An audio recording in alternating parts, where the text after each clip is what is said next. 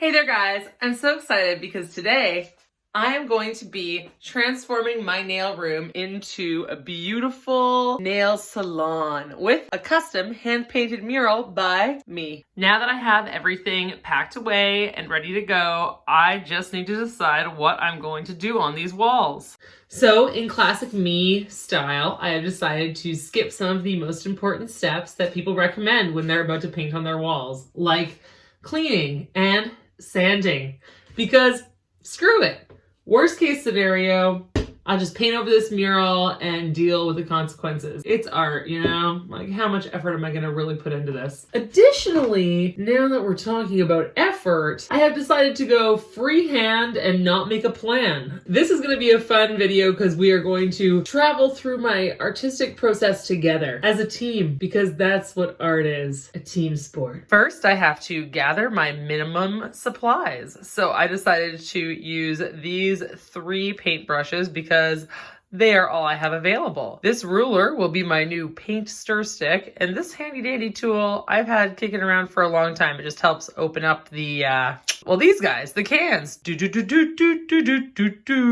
is house paint that I saved from our recently painted rooms. So I have a kind of dusty rose pink color from the bedroom, a white color with a little bit of a blue tinge, but it's very, very white still, from the living room, a peach color from Amara's bedroom, and this awesome blue color. Additionally, I have some really cool gold flake that I'm going to be trying to incorporate, but again, I'm freewheeling. I have no idea what I'm doing. My heart is intuitively telling me to start off with the peach, so that's what I'm gonna do. All right, so I'm about to get started. I don't really know what I'm gonna do. I think the first shape is gonna be kind of like a floral shape, so we're just gonna go with it. The first stage is color blocking, so I'm not going to be doing very much shading. I'm just going to be figuring out what my forms are going to look like. That's our first shape. So now I'm just going to pick an arbitrary area to create our next one. So up against this window seems... I want the shapes that I create to be about the same distance apart from each other. So when I start making the rest of the flowers, I will be trying to keep that kind of 1.5 foot spacing. You know what I'm gonna do? I'm just gonna say screw it and go with the flow.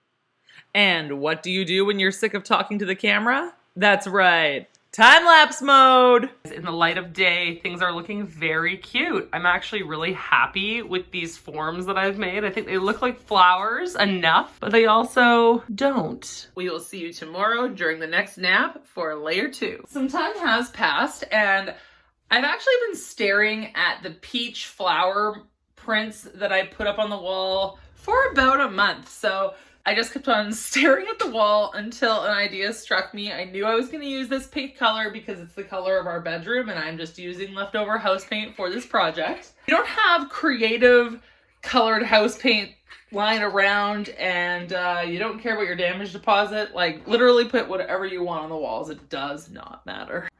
So for my second layer, I decided to add some pink ferns, and I'm really loving these 2 basic layers. These forms are gonna be the basis for my entire wall. So I'm really happy with how the spacing worked out and also the kind of randomness.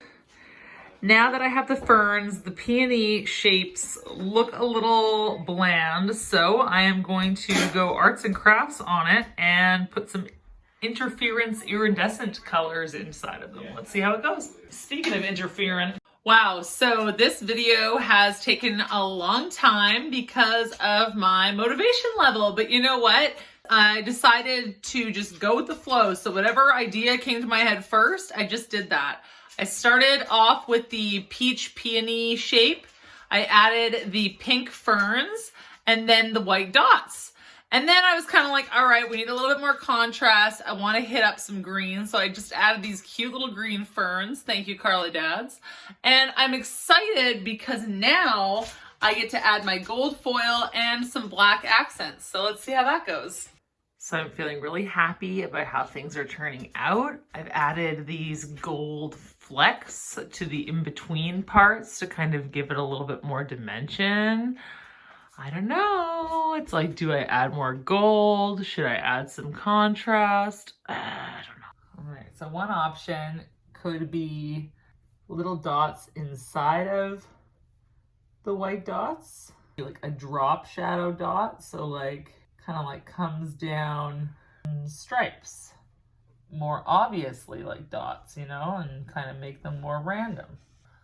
Maybe we want to do an outline, so it's a lot of dots. I have narrowed it down to these 4. Ali, my husband, has put in his vote for the dots. He likes the idea of the dots. And I think that in the spirit of this whole project, it was the first thing that I thought I should do, so I'm just gonna do it. Here we are living our best lives, and as you can see, the dots are actually kind of working out. They're sort of giving the impression of a seed pod, so I'm gonna continue with this. Awesome. So basically now I just have to add a couple of extra little doodads and shelves that I've procured, and the new nail room is finished. Yeah! Now that my mural is finished, the next step is to install my new shelves. I got 2 of these neon see-through pink shelves, and I'm gonna use them for my new supplies. I have both shelves installed now, and I'm feeling really good about it. Gonna get so organized. I'm really happy with how this turned out, and it's also a 2 for the price of 1 deal. Now we have ferns on ferns on ferns. Are you ready to pump it up? Ooh, yeah. Dust in my eyes. And voila. We are hanging macrame plants like it's the 70s. My macrame plant hangers hung for the day. I could call it a day, but I have one more surprise up my sleeve. Whoop, a creepy hand. This creepy hand needs a home. So it's either gonna be like, hey, or it's gonna be like, hey. So I think a really fun place for the hand to go would be right above the door. And then I can hang things from it different seasons of the year, like mistletoe, or we'll just do mistletoe, that's fine. Have my drill handy. And I found some screws that are the same color as the hand. So here we go. Again, we're eyeballing everything because this is the kind of adult I am. All right. I think it looks weird and it's perfect. I'm just going to put like something funny up here to kind of look down. Being that this is a nail salon, you would be crazy to think that that is my only creepy hand item. I am full stocked with creepy hand items. Some creepy realistic fingers, some fingers that are supposed to be realistic and that's why they're creepy. Of course, the classic mannequin hand. I think somebody needs a manicure. Ooh.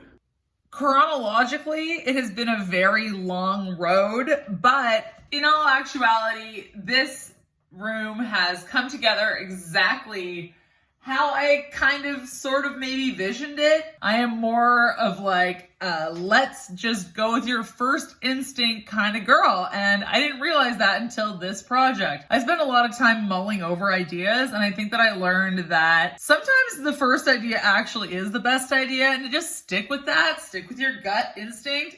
And for me, my gut is like instinctual. Let's do a quick final tour. Due to the exceedingly boring nature of my original foyer/nail room, this is the before picture in case you forgot. Welcome to Just the Tips. Pull back the beautiful curtain and enter our foyer/nail salon. To your right, you'll see a very comfortable chair and a well-hung plant. Even though this video is only 10 minutes long, it took me about the entire length of isolation to complete this project. The results speak for themselves and put a huge smile on my face. The floors are not part of this particular transformation, but they were just replaced in December. Not to stray far from my basic bitch roots, I love some fresh cut flowers in my space, and I like to add in my little creepy fingers wherever I can. I can't shake this feeling that something's watching me. I also decided to install a screen door. That way, if I wanted to keep the door open during the summer when I'm having clients in, I can do that and not have to worry about bugs. Yeah, bugs. This is my famous magnetic glitter wall. I absolutely love this system for taking track of my glitter. So I just boop, pop them back on the magnet when I'm done with them, and then I can see everything that I have. Tucked away behind this fern is the controls for my fan. I have an outtake fan down at the base of my salon that takes the acrylic chemical stench out. I am going to be using a new plexiglass shield to separate any air between myself and my clients.